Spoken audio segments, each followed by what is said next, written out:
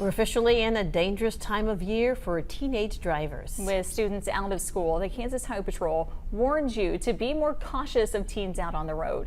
12 News reporter Max Sutton joining us live in downtown Wichita this morning to explain why troopers say it's a dangerous time of year. Max?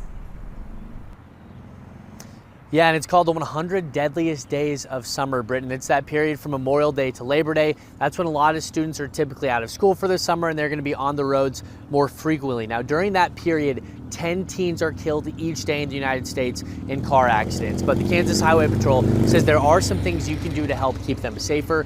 First, of course, you got to wear your seatbelt, you have to limit distractions, and you have to slow down. A lot of these are important because the more teens in a vehicle heightens the risk of driving accidents as well. Now, the Kansas Highway Patrol Trooper Ben Gardner says he would tell teens to actually provide peer pressure. If you see a friend driving erratically, let them know that it's not okay.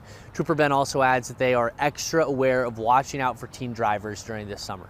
Prioritizes this important moment. We know that the increase of deaths means that we as officers and first responders need to be more preventative in reducing those conflict points. So when we see those erratic vehicles, to really get after stopping those things, being preventative, giving warnings and tickets and arrests if need be, and just being visible and talking like this to the public about the concerns out there so they can do their part in advance.